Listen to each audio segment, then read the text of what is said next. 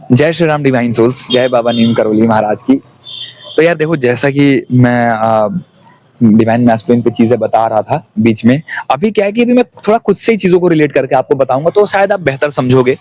और ऐसा होता है ना कि जब कभी कभी हमारे जीवन में ना बहुत ऐसा समय आता है जिसमें बहुत वीक पड़े होते हैं, बहुत कमजोर होते हैं।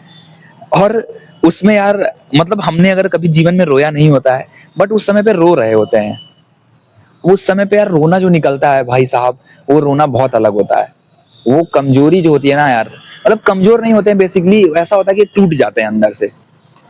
अब टूट गए, अब चाहे वो कोई जॉब का कुछ हो गया, करियर में कुछ बाधा आ गई, डाउनफॉल आ गया, ठीक है, किसी चीज के लिए बहुत जिद्दो हद से लगे हुए थे, प्रिपरेशन कर रहे थे किसी एग्जाम की और रिजल्ट नहीं आया, एक नंबर से रह गए हैं।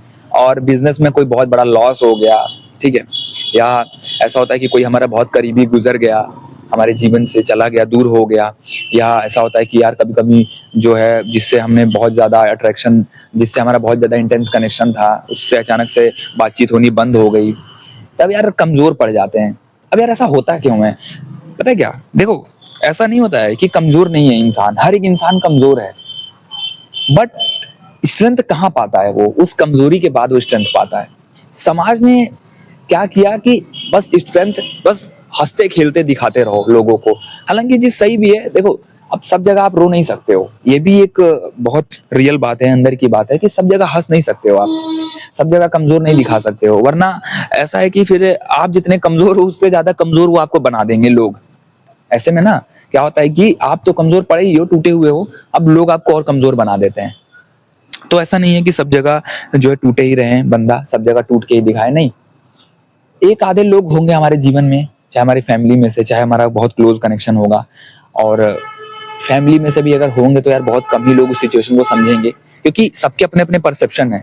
बट जो एक सोल लेवल का जो कनेक्शन होता है ना, जो एक सोल कनेक्शन होता है, जैसे हम सोल फैमिली बोलते हैं, ठीक है, जैसे ऐसे लोग मिल जाते हैं जो हमारे सोल से मैच करते हैं, हमारी एनर्जी से, वाइब से मैच करते हैं। जैसे यार एक मेरा कनेक्शन जो है आपको लेके है, जो भी मेरे व्यूअर्स हैं, जो भी मेरे चैनल को देख रहे हैं, तो यार एक ये जो बॉन्डिंग होती है ना, जिसमें हम, ऐसा नहीं होता है कि यार हम अपनी बात बहुत खुल के कह रहे हैं, एक्सप्रेस कर रहे हैं। तो जब, और ये जो युग है, अब ये युग में ये सब चीजें क्यों हो गई? अब ऐसा नहीं है कि ट्विन फ्लेम कनेक्शन या सोलमेट कनेक्शन या कोई भी ऐसा कनेक्शन, कार्मिक कनेक्शन पहले नहीं होता था, होता था, पहले भी होते थे। बट अभी जो युग परिवर्तन हो रहा है ना, इसमें टेक्नोलॉजी और डिजिटलाइजेशन जो है, डिजिटल वर्ड जो है आगे आ रहा है, ठीक है। अब डिजिटल वर्ड आगे आ रहा है, अब क्या होगा कि लोग कनेक्ट करना आसान है लोगों को, बट सबसे जरूरी चीज क्या है? ऑथेंटिसिटी। कि ऑथेंटिसिटी लोगों को जल्दी कनेक्ट करती है। तब पहले ऐसा मैं सोचता था कि नहीं यार, अपनी स्टोरी वगैरह, ऐसा कि ज्यादा स्टोरी से कौन लोग इंस्पायर होते हैं, एक्सपीरियंस मैटर करता है। बट स्टोरीज होती हैं, कुछ स्टोरीज ऐसी होती हैं जो लोगों के लिए इंस्पिरेशन बन जाती है, ठीक है। और ऐसा देखो, ऐसा कभी कभी होता है कि नहीं यार, हमारे अंदर ईगो है भाई, कि नहीं भाई ऐसा नहीं, अपने अपने हिसाब से ही चलना है, बट ब्रह्मांड चाहता कुछ और ही है। तो अब यार, जब बहुत कमजोर पड़े होते हैं जीवन में, जब कहीं रास्ता नहीं दिख रहा होता है, तब रास्ता कुछ चुनना ही नहीं होता है। उस समय रास्ता चुनने के लिए होता ही नहीं है, वो रास्ता ही बस इसलिए आता है कि आपको, आप अपनी कमजोरी को भी फील कर लो, अपनी कमजोरी को भी देख लो। आप अपने अंदर जो इतना उड़ रहे थे, जो अपना लोकल जो है फर्जी आइडेंटिटी लिए घूम रहे थे, अपने शरीर के बेस पे, अपने करियर के बेस पे, अपने उस पुराने परसेप्शन के बेस पे, जो पुराने परसेप्शन पे ईगो बना हुआ था उसके बेस पे, तो ये सब चीजें जब एकदम से आपको कमजोर कर देती हैं, तब आपको लगता है कि यार मैंने इतना सब किया फिर भी क्या मिला मुझे, फिर भी मेरे जीवन में कुछ मेरे हिसाब से क्यों नहीं हुआ। तो जब ऐसा वाला समय आता है जिसमें बहुत कमजोर हो, टूट गए हो, कुछ पता ही नहीं है क्या करना है, तो थोड़ा सा सहज हो जाओ, उस समय पे थोड़ा सा शांत हो जाओ, मस्त हो जाओ उस समय पे। उस वे में मस्त मत हो जाओ कि अब भाई नहीं भाई, मेरे अंदर तो कमजोरी है ही नहीं, मैं तो रो ही नहीं सकता हूँ, नहीं। रोना है, सारा दर्द जितना है सब कहीं लिख के फाड़ को जला दो, जितना पेन आ रहा है रो लो, प्रभु के सामने बैठो, क्योंकि यार फिर वो प्रभु की जो वो है ना, अब या तो आपके जीवन में कोई एक ऐसा पर्सन हो, ऐसा दोस्त हो, ऐसा भाई हो, तब बात बने, और या तो फिर प्रभु ही है आपके जीवन में, और वो भी आशीर्वाद उन्हीं को मिलता है जिनके जीवन में प्रभु आते हैं, तब वो सबसे तोड़ के प्रभु अपने तरफ खींच लेते हैं। तो वो वाला भी आशीर्वाद प्रभु की ही मर्जी से होता है, इसमें कहीं और नहीं रोगे, किसी के सामने नहीं गिड़गिड़ाओगे, प्रभु के सामने रोगे तब वो हिम्मत देते हैं, तब वो स्ट्रेंथ देते हैं। तो बस इसीलिए मैं कहता हूँ कि जब भी सबसे ज्यादा कमजोर समय आए, तब भक्ति ही एकमात्र ऑप्शन होता है, भक्ति ही एकमात्र सॉल्यूशन होता है। एक हनुमान चालीसा से भी शुरू करोगे ना, तो भी पता नहीं वो पेन कब पावर में बदल जाएगी, पता ही नहीं चलेगा। लेटे हुए हो ना, उठने का मन नहीं है, लेटे लेटे करो, हनुमान चालीसा पढ़ो, फोन में निकाल लो, किताब है किताब में पढ़ो। बहुत बर्डन मत लो उस समय पे जब कमजोर पड़े हो, ठीक है। बस ये है कि ये समझो कि अब ये कमजोरी क्या दिखा रही है मुझे, क्या कहना चाह रही है, तब आपको पता चलेगा कुछ कुछ कहने की काम, कुछ कहना चाह ही नहीं रही है वो तो बस आपको खुद से मिलाने आई है, उस कमजोर समय में भी खुद के साथ खड़े रखने आई है, ठीक है। तो यार ऐसा ही होता है, किसी रिश्ते में हम टूट जाते हैं, एक करियर में टूट जाते हैं तो बहुत निराश हो जाते हैं, दुखी हो जाते हैं, बट नहीं, सबके जीवन में आता है ये वाला फेज।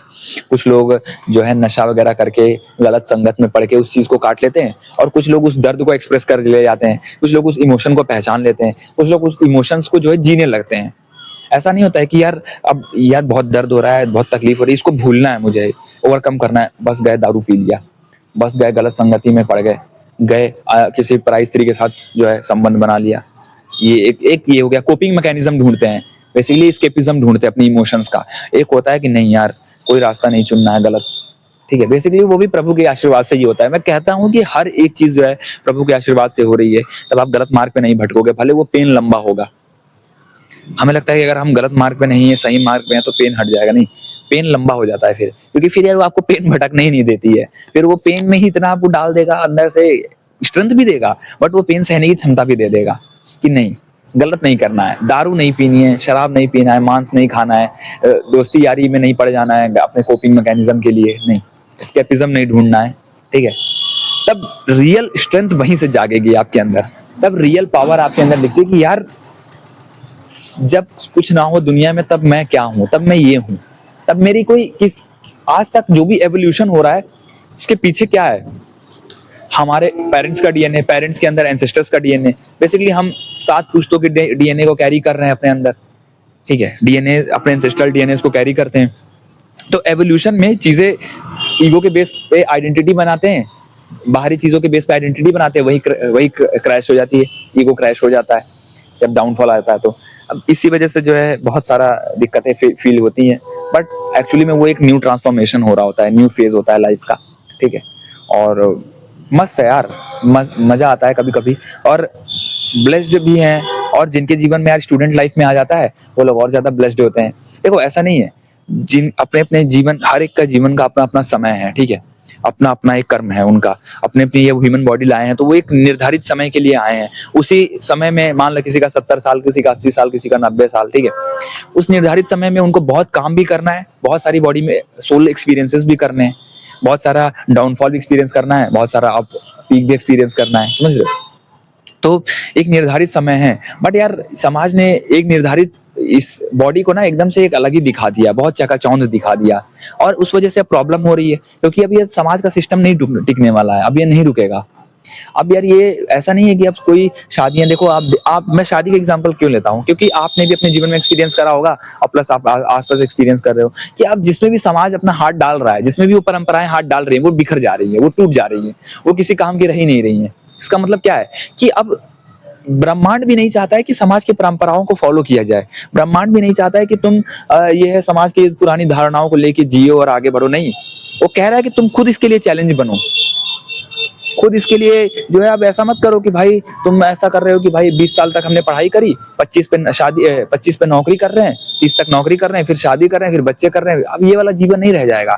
अब मैं कह रहा हूँ कि कोई भी इंडिविजुअल है ना, कोई भी इंडिविजुअल को अब ऐसा नहीं जीने को अधिकार दिया जाएगा, क्योंकि ब्रह्मांड चाहता ही नहीं है।